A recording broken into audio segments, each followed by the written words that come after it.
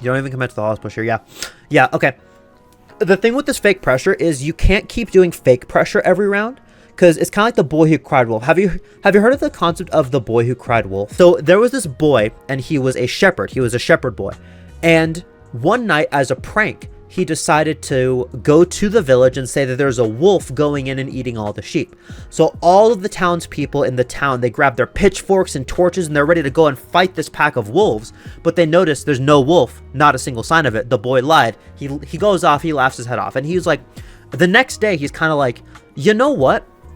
That was pretty funny. I'm going to do it again. So the very next day, he goes into this town and says, help, help, there's a pack of wolves eating all the sheep right now. And all the townspeople grab their torches and pitchforks and stuff to go in. Again, nothing there because it's a prank. On the third night, the boys tending the sheep and a pack of wolves show up. Like an actual pack of wolves show up. And he goes throughout the town saying, please, please help me. There's a pack of wolves attacking the sheep. There's a pack of wolves attacking the sheep. And the townspeople are like, yeah, this prank again, go get some new jokes, kid. And all the sheep die. That's how you want to play when you're playing Yoru. You want to be the boy who cried wolf, but instead of being the boy who cried wolf, you're the one that's creating fake pressure until one round you snap on them and just win the round in 5 seconds. Have you ever wanted to see this? But instead, you're just stuck looking at this.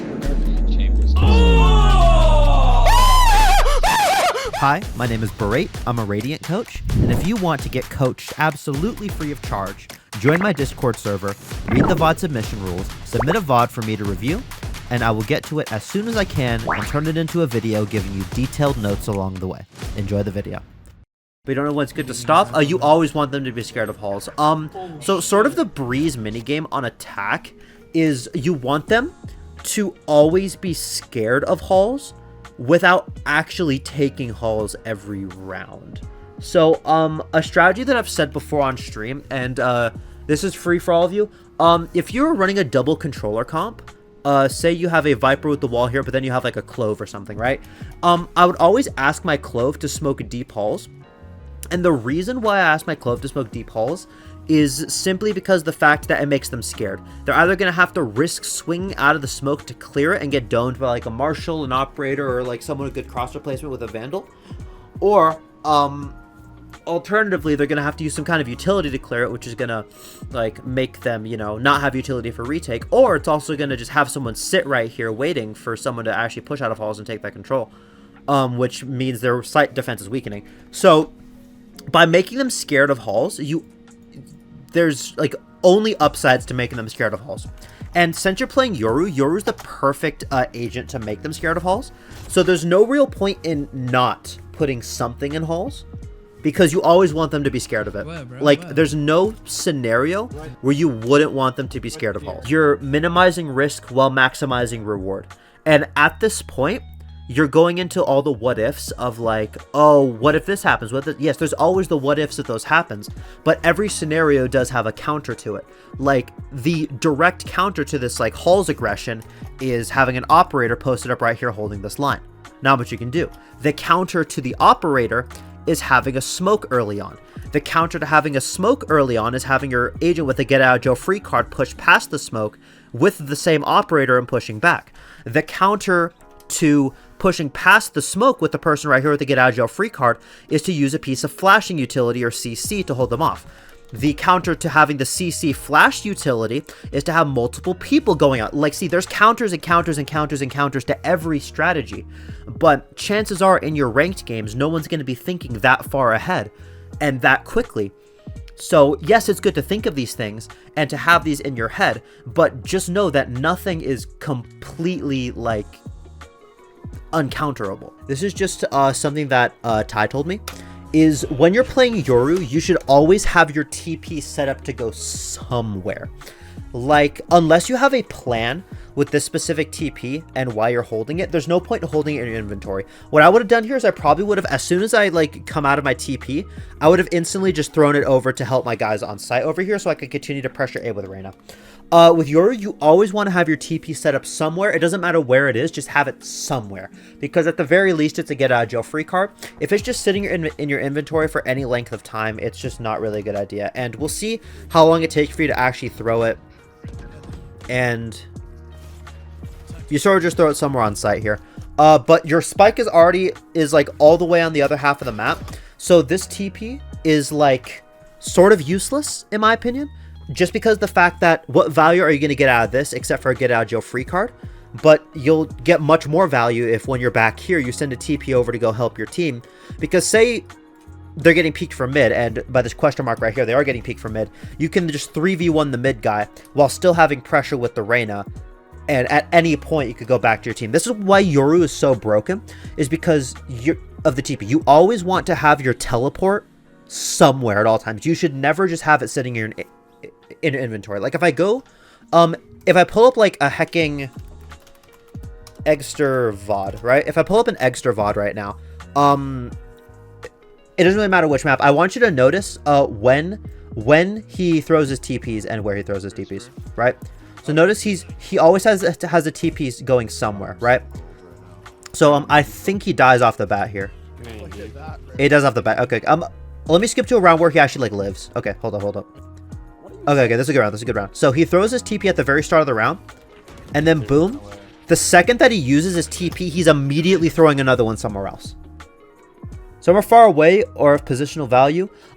Sort of, again, like if you have a plan going into it, that's always better than not having a plan.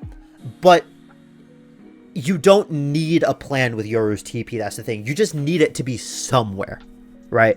Preferably in a safe spot. Like right here, Eggster threw this TP in case it was a fake, so he can immediately go and rotate back to A. So the way that Eggster's playing is sort of what I like to call the 3-person on each site strat, which can really only be done with Yoru and Neon, which is where you are very rotate happy and you're essentially on both sides at once. So right now Eggster's using this TP to be on both sides at once.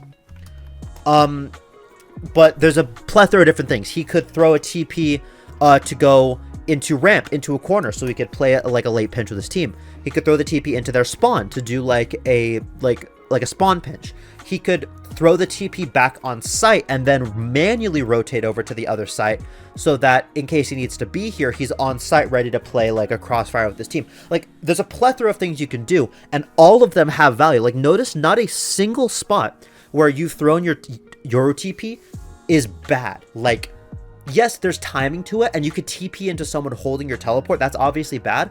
But if you have like even like a little bit of common sense to it and like a bit of experience and like timing, I guess, what you can do is you can just sort of time your TPs and make any TP work in any situation. So notice like the second that Eggster uses his TP, he's instantly throwing another one. Look at this. I'll do another example. So this time his TP runs out.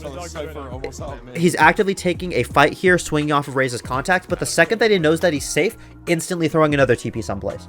Like it's like there should be no point where your TP is not somewhere. This flash right here is a lazy flash. Like this flash right here is so easy to dodge. Like, and this Reyna did dodge it, and by some miracle of God, you survived. Like this flash is super easy to dodge. If I go to like Esoteric or something, or just look at any of his flashes, just look at it's this flash right here. Look at this, right?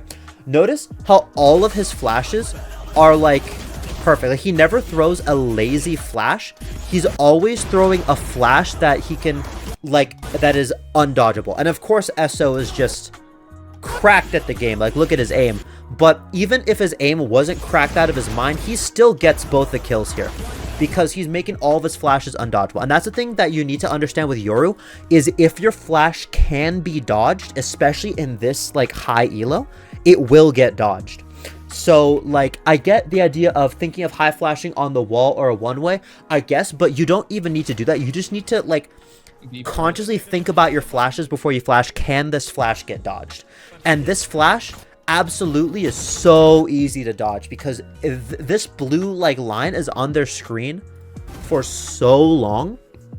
It's just super duper easy to dodge. So just think about that next time, and just the two main things: make sure your flashes are undodgeable, or at the very least very difficult to dodge, Or, and 2, make sure you always have your TP going somewhere, no matter where it is. Just always have your TP somewhere. Yeah, at this point, I would have actually committed to the halls push here.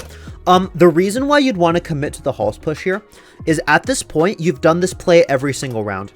And at this point, they know that you're just sending your clone and yourself down halls, opening the door and dipping. So right now, all of the pressure that you've put on halls in the past couple rounds is getting like more and more useless because they're starting to call your bluff a little bit. Like, they're definitely starting to call your bluff here on this halls push. So probably what I would have done here is I would have done the exact same thing because you've conditioned him into thinking, oh, he's not going to do anything about it. And probably what I would have done is I would have actually committed to the spawn push here. Right now, I doubt this chamber put a trip there because I might be mistaken, but I didn't hear a tripwire. So probably what could have happened is you push up here. You go into their spawn and then you actually kill people with their backs turned to you, especially because you know their chamber's opping. Their chamber's opping right now, and he's probably going to be like, he might check over here for a second, but if he doesn't see anything, then he doesn't see anything, and he's just going to go back to watching like a main or something, right? You could probably get a free kill by shooting him in the back, or you could wrap all the way spawn, go McDonald's, pinch B with your team, etc. I probably would have just committed to this halls push. I'm not going to lie. And then again, same issue, you're not throwing your TP anywhere. Yeah. Why would he flash that, bro? But yeah, at this point you're electing to re-hit halls when you could have like yeah, because at this point, like, you've already lost the round and they're probably just gonna re-clear halls. This Neon didn't consciously re-clear halls, by the way. I want, like, this distinction is very important. Neon didn't like consciously re-clear halls. The only reason that Neon's re-clearing halls right now is because Neon's hungry for kills and is trying to get a kill right now. That's the only reason that they're halls. The halls pressure that you made is not even in this Neon's mind in the slightest. What this Neon is thinking is, it's a 5 versus 2, I'm going to play for kills. So, like, I know in your mind right now, you're probably thinking, oh, it's Neon's re-clearing this because I put halls pressure earlier. I shouldn't have put the halls pressure. No, put the halls pressure. You've conditioned them into thinking that there's nobody halls, and there hasn't been for a round, for like 2 rounds. You commit to that halls push, you easily win this round. Like, if you commit to this halls push back when your entire team was still alive, you easily win this round. But now you're just kind of, you know, at this point, you're just kind of cooked. You lose the round, unfortunately. The thing with this fake pressure is you can't keep doing fake pressure every round because it's kind of like the boy who cried wolf. Have you heard of the concept of the boy who cried wolf? It's a very, very old, like, Aesop's fable, I think. But essentially the idea behind it is the more that you lie, or actually, okay, here's the actual story. Here's the actual fable. So there was this boy, and he was a shepherd. He was a shepherd boy. And one night, as a prank, he decided to go to the village and say that there's a wolf going in and eating all the sheep.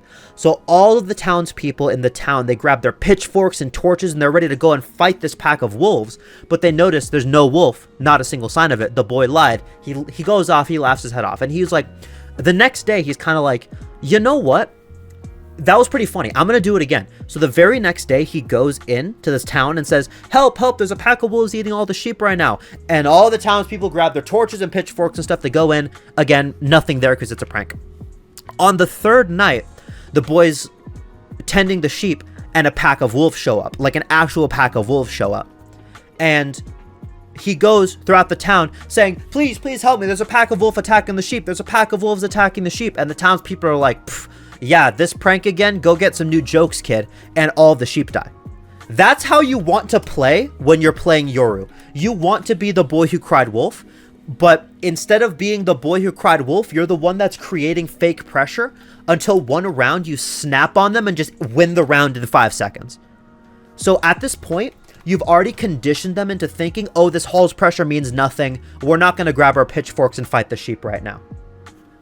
But now what you're going to do is you're going to actually attack and just get a free spawn peek and just win the round. Not spawn peek, spawn push. You get the idea.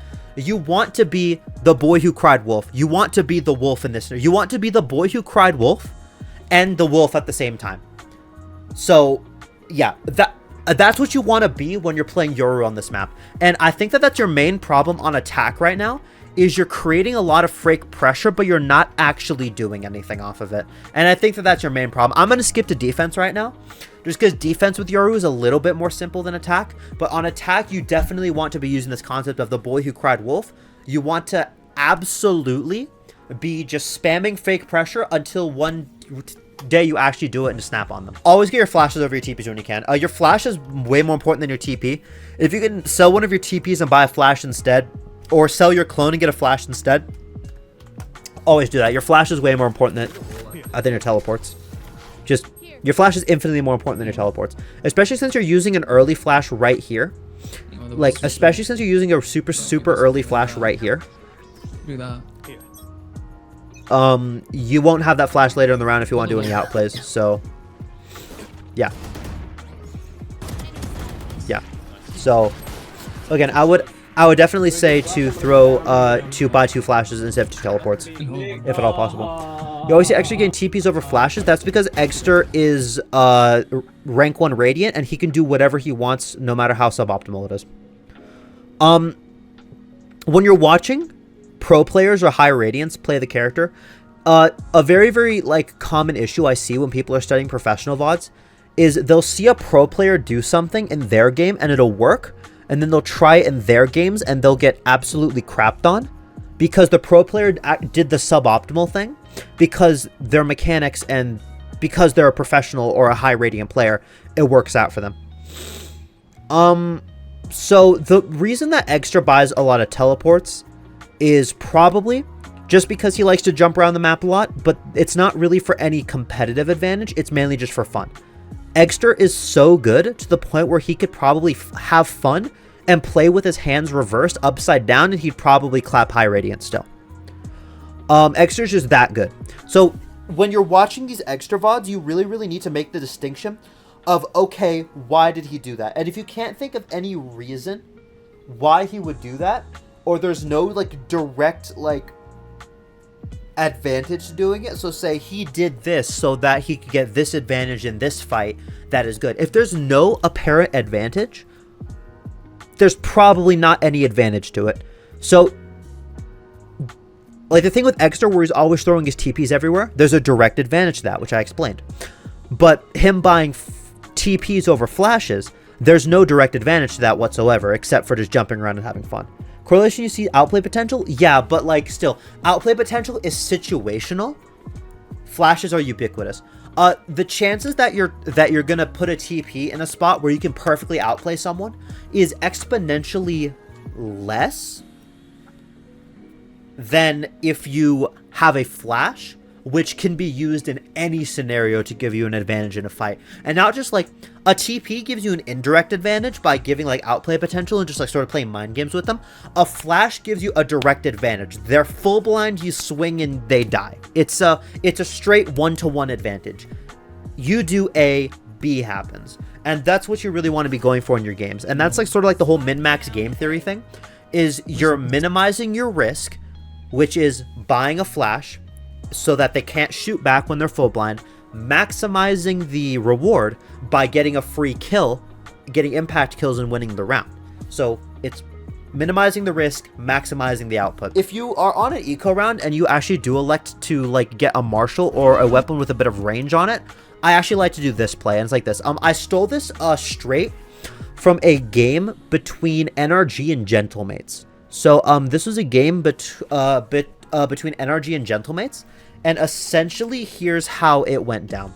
If I can load a Valorant real quick. Breeze. Defense. So what Yoru does is he will immediately ult, right? He'll ult. He'll go out of B main right here, and then throw his teleport into heaven right here. He'll go in, he'll clear all of B and all of mid for his team, and then he'll end up about right here, getting all the information for his team, and then trying to find an isolated target. If there's an isolated enemy in spawn, like say there's like an isolated enemy, Yoru will go try to kill the isolated enemy, and if there's no isolated enemies, he's just going to TP out and he's going to go into B right here. At this point, what you've done is you've given yourself this entire area of the map completely for free. So the attackers are just completely funneled into going A main or using severe utility to rehit mid. This is a just play that I saw in VCT that I'm giving for free. You can steal this. This is This was a gentlemate's play on Breeze. But yeah, anyways, on rounds, on like eco rounds, because this is inherently a very risky strategy. On eco rounds where you have your ultimate and you're opting to get like a marshal or a longer range weapon like a deagle, a bulldog, guardian, whatever, steal this play, you get a lot of value for not a lot of util. But if there's someone in window, probably have to whip off the TP to backside after. Probably yeah. You would clear window before you throw the TP. Like the chances that, because if I reopen up Valorant, you're going to see if anyone cross into window, because when you're starting B main right here, what you're going to do is you're going to see anyone crossing into window. Like you're going to be right here. You're going to be ulting. At any point, you'll see someone cross into window. If they can't really get into window undetected, you're going to see them go into window. So at that point, you'd probably just cancel the play. But again, this isn't going to happen very often. And it's very, very rare that this will happen. But if it does happen, you'll see them cross into window, and then at that point, you'll just throw your TP back to site and like fight the window guy with your marshal. Because again, you can still take this fight. So if you know someone's window, you can easily just take this fight for free. So again, if there is someone in window, 1, you'll know, and 2, you can very easily fight them. Hey you, if you made it to the end of the video, make sure to subscribe to Berate, or I will take your Valorant elo.